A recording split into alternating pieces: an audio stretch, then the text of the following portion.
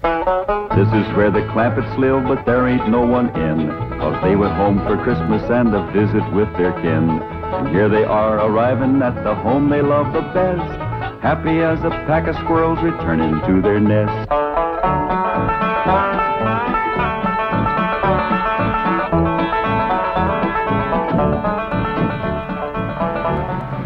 Hi, Thunder Granny, the old place ain't changed a bit. Pretty as ever. Prettier with the snow. Excuse me, Pa, but I got some friends to say howdy to. Yes, sir. They just don't make houses like this no more. Sure don't make them in Beverly Hills. I'll go get the bags, Uncle Jed. Reckon they just can't get wood like this. My grandpa chopped down the trees and built this all by hand. You say your grandfather built this cabin? He sure did. Oh, he must have been a remarkable man. He sure was. He finished the cabin in the morning, went to town, found a girl, courted her, married her, and carried her across that doorstep all before sundown. Tell me, Granny, was that 1897 or 1898? 1898.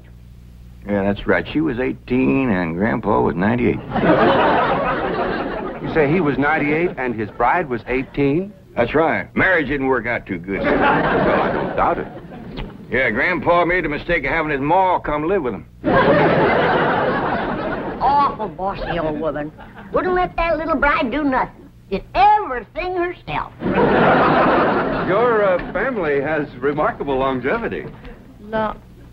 Yeah, they stretched the truth a little, too. Oh? Grandpa was the day over 90 when he married that girl. And his ma didn't bust up the marriage. That poor little bride just wore out, having so many young'uns to take care of. Oh, what happened to Ellie Mae? Well, she just went to say howdy to some of her friends.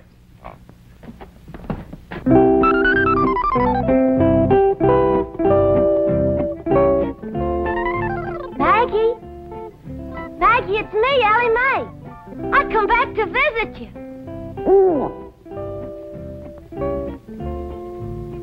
Not you, Henry. Ooh. Right now I'm looking for Maggie. Have you seen her? You're supposed to be so doggone wise. Where is she? Ooh. Well, Davy Crockett. Say, you're looking bushy as ever. What's the matter? What you scared of? Don't you remember me? Please, Davy, don't run away. Oh, howdy, Mr. Beaver. It's me, Ellie. What you kicking snow at me for? Oh, please, Mr. Beaver, come back. Hi, Mr. Foxy. It's me, Ellie. Come back. Clampett, I certainly appreciate your letting me use your cabin as a field headquarters. I've got a few things in the bedroom. I'll get them out. No need for you to do that, Mr. Brewster. We're just going to be here a couple of days. Granny and Ellie can use the bedroom, and you and me can kind of curl up here in front of the fire. That's mighty kind of you, Mr. Clampett. But I'll find a place to stay in town. Well, no need for you to drive all that way through the snow. Why, you're here, you're by the oil field, and Granny cooks up a big meal that really sticks to your ribs. What you cooking tomorrow, Granny? My special Christmas holiday victuals. We'll start with red cabbage and green turnip tops, swimming with sorghum. Then what I call my heavenly hash. That's grits and chitlins, possum belly, hog jowls, and catfish. All minced together and simmered in gopher gravy. Folks talking. Now there's victuals you won't forget in a hurry. I'll try. What do you say, Mr. Brewster? Roars too hard, we'll get some pine boughs and ashes for you to sleep on. Well, I think I'll go into town. Thank you very much. Excuse me. What's the matter with you two asking him to stay here? You want me to be a widow all my life? I was going to offer him my spare room. You ain't got no spare room, Pearl. I have if Jethro stays here. If Mr. Brewster stays with you and Jethrine, won't people talk? I hope so. Jed can insist on him marrying me. And I'm going to get him. Now's my chance. Exactly hold with making a man get married unless he wants to. He wants to? Why, that man's so in love with me he can't eat. Yeah, but are you in love with him, Pearl? Oh, Jed, when I'm near him, I feel like my feet is dangling in a creek and the minnows is biting at my toes. That's what you call really being in love. Help her, Jed. Mrs. Bodine, if you'd like a ride into town, I can drop you off on my way to the hotel. Hotel? Why, you can't stay there. Oh, no, sirree. You sure can't. Why not? Why not, Jed? Why not, Pearl? Why not? There's a convention there. Yeah. Every room in that hotel is full up. You're packed in there like kraut in a jar. What kind of convention? Elks convention. That hotel is bulging with elks. Oh, well, perhaps I can find a room in a boarding house. You know anybody got a spare room, Granny? No, I don't. Do you, Jed? Well, I see now. Only spare room I know of around here is over to your house, Pearl. Why, land to mercy, I plumb forgot. Yes, my spare room. What spare room, Ma? We ain't got it. Ow! Pearl, why don't you run out and fetch some wood? I just brought some wood in. What spare room, Ma? We ain't got no spare. Ow! You just run along outside and get the kinks out of that leg. I ain't got no kinks in my leg. It's just that Ma just keeps... Ow!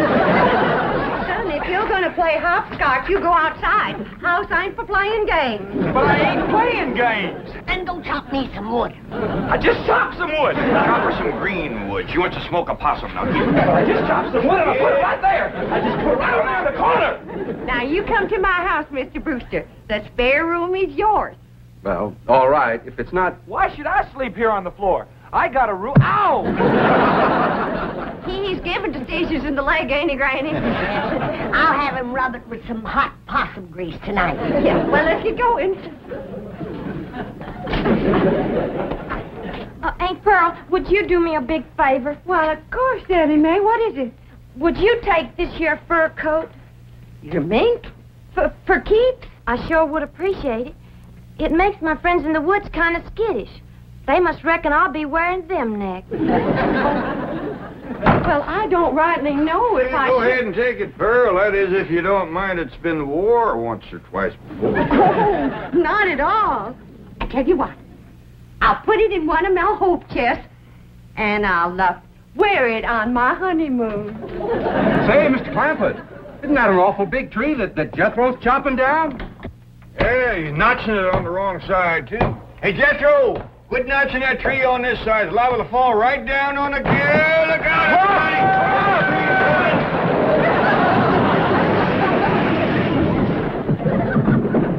everybody! It missed us. Praise the Lord. Well, the tree missed. We can get up now. Well, he might be chopping another one. Let's wait and see.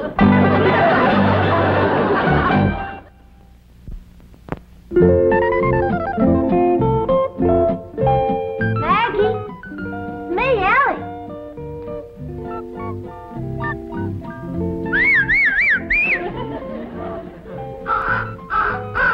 Freddie, you old rascal.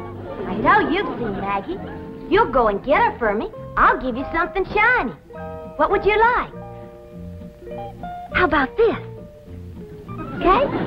There. Go find Maggie. Smelly. Hi there, Smelly. It's me, Ellie. The good thing you didn't see me in that mink coat. You might have got riled at me. It's one friend I don't want riled. It's you. Maggie, I knew Freddie would find you. Maggie, I'm so happy to see you. I told you I'd come and visit you, and here I am. Ellie? Ellie Mae, where are you? Over here, Paul. Now, don't you be scared of Paul. He won't hurt you none. Well, now, who's this? This here's my old friend Maggie. You remember her. Sure I do. Howdy, Maggie. Say, Ellie, we's all going over to Aunt Pearl's for supper. And after supper, we's all going over to that movie picture theater where Pearl works. Well, I'd heap rather stay here. Well, Pearl says there's going to be a brand new picture from Hollywood called Ben-Hur. Well, who's in it? According to Pearl, it's got the two biggest actors there is, Francis X. Bushman and Raymond Navarro. Well, I'd still rather stay here, Paul. we's all supposed to kind of surround Mr. Brewster and brag on Pearl's piano playing during the picture. Well, Jethro can brag extra for me. Jethro ain't going to be there. He just sat there all night and complained about Mr. Brewster having his room. Oh, come on, Ellie. Don't you want to help Pearl get a husband? Okay, Paul. Bye, Maggie. Well, Paul, ain't you gonna kiss Maggie goodbye? I don't reckon so. Her husband might not like it. Come on, Ellie.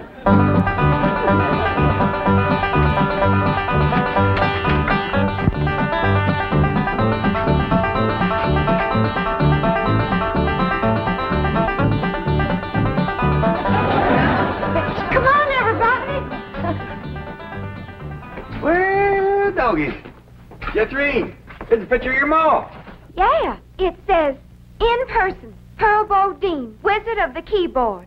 That means Pianny. Hey, your name is as big as Ben-Hur's. I begged the manager not to put that up, but he says it's a drawing card. My playing during the picture. During the picture, don't you have sound? Loads of it. Between the people crunching popcorn and crying and reading the titles out loud, you got plenty of sound. Now, everybody go on in and sit down. You're all on complimentary passes. Now, I gotta pop some corn and sell tickets before I come in and play the overture. Mr. Brewster, did you ever in all your born days see a woman who could do more things than my cousin Pearl? She can cook, sew, keep house, play piano, and no wonder the men around here are just beating her door down to propose. But Pearl's choicey. She's waiting for the right man.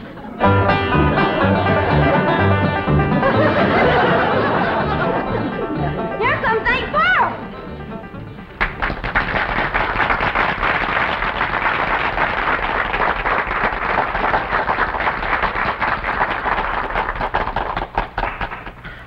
Ladies and gentlemen, before our big premiere gets underway, I know you'll want to meet the celebrities in our audience tonight. Now, sitting right here in the front row from Tulsa, Oklahoma, is the field manager of the OK Oil Company, bought my cousin Jed Swamp, Mr. John Brewster.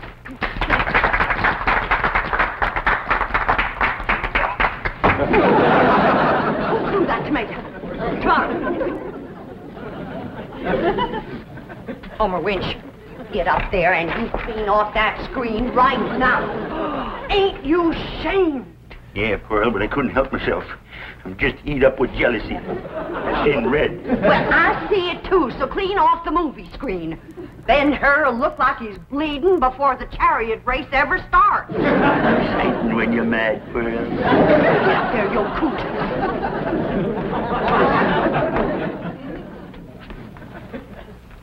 And now, folks, you're going to meet a real live millionaire and his family all the way from Beverly Hills, California. Your friends and my kinfolk, the Clampets. Jed, Granny, Ellie Mae.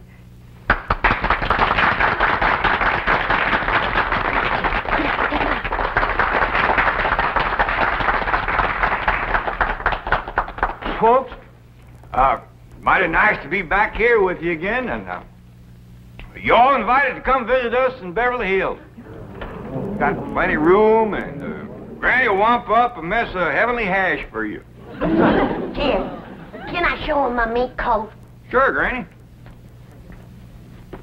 This here is a genuine mink coat. Given to me by the banker. Nobody gets the wrong idea. There ain't no strings attached. I'm still the same sweet girl I was when I left here.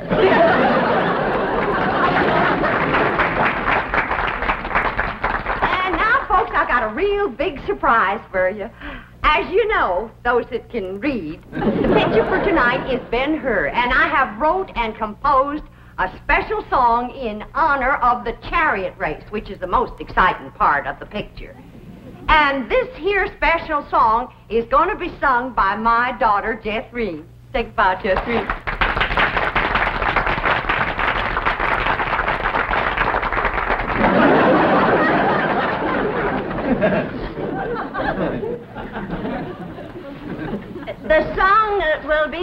in its entirety during the chariot race, and you can all join in the chorus. But seeing that Homer Winch ain't got the tomato off the screen yet, Jeff Green will give you a little sample right now.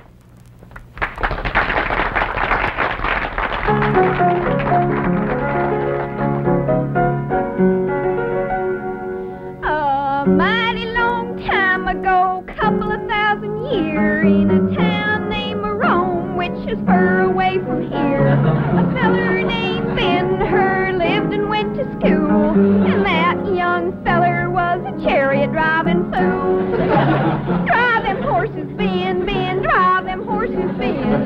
Drive them horses fast, Ben, drive them for to win. Don't let that other rascal get ahead of you, or he'll win the race, and that'll never do. That's enough for now, Jeffrey. You'll hear the song again during the chariot race, and everybody can join in the chorus. And now, during the playing of the overture, we invite your kind attention to the advertisements which will appear on the screen. I thank you. All right, Charlie!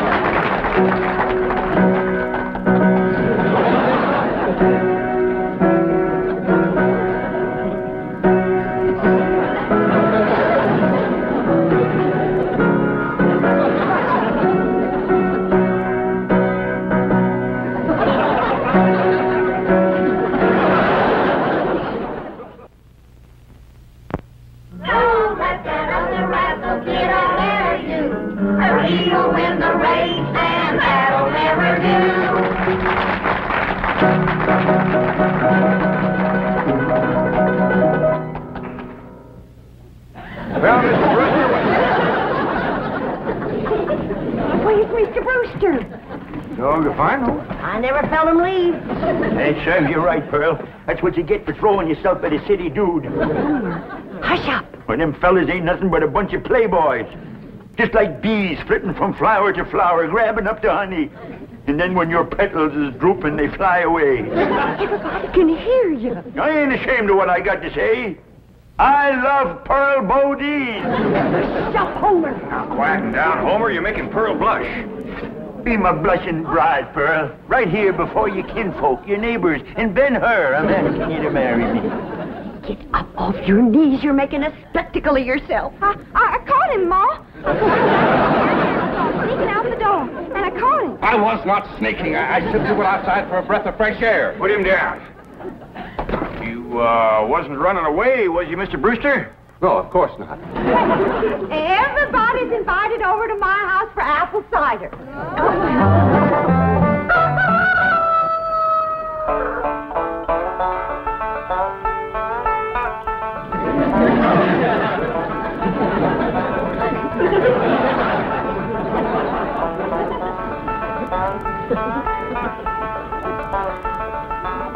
Ed, wake up. Ted, you too, Jethro. Come on now, get out from underfoot, both of you. Granny, we was up late last night. Yeah, Granny, we want to sleep. It ain't what you want that makes you fat, it's what you get. Getting up off that floor.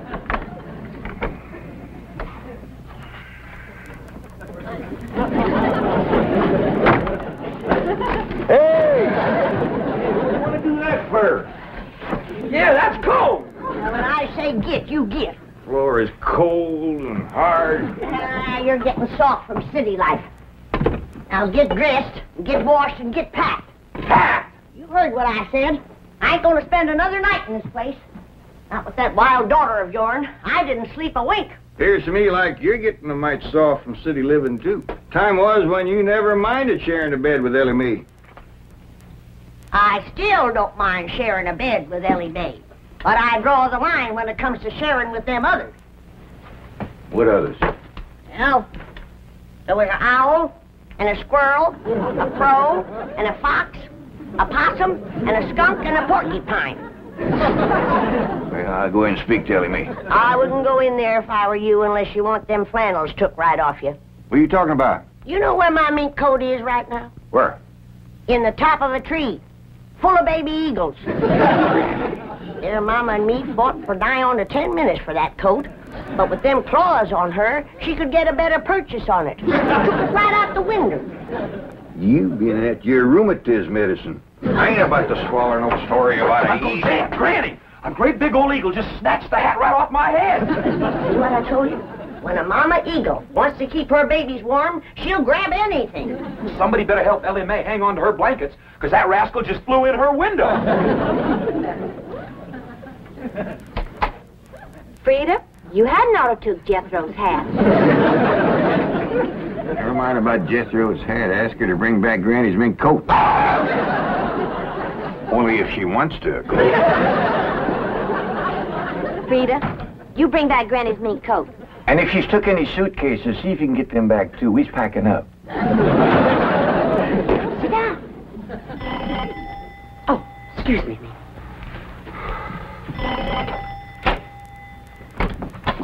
Good morning, Pearl. Homer Winch, I told you and I told you, don't come into my house without I invite you. I happen to be here in my official capacity as a jitney driver. You want no jitney? Well, Mr. Brewster does. Don't say nothing to Mr. Brewster, and I'll bake you 2 pies. Pearl, there's only one way you can seal my lips and stop my jitney. And that's with a smack. All right. No, I said that kind. I mean, with a kiss. A kiss? That's my price. Take it or leave it. Homer! Why, that's the most shocking, disgusting, insulting, disgraceful... Oh, Mr. Brute! Pearl? Where'd you go, Pearl?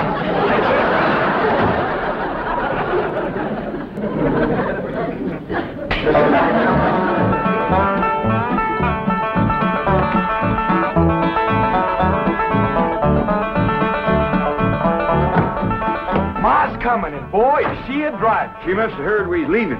Without getting her married to Mr. Brewster. I reckon we's in for considerable bawling. Ain't nobody can outcry Ma when she commences to gushing. Pearl? I reckon you's heard we's going back to Beverly Hills. Oh, now, Pearl, you's bawling already. Don't worry, Pearl. You'll get a feller. Yeah, come on back to Beverly Hills with us. I can't. All right, Pearl, all right. I can't fight a woman's tears. We'll stay here until you marry Mr. Brewster. Yeah, Ma, and I'll be your best man. And you can wear that beautiful mink coat on your honeymoon. Pearl, what are you crying about now? The mink coat.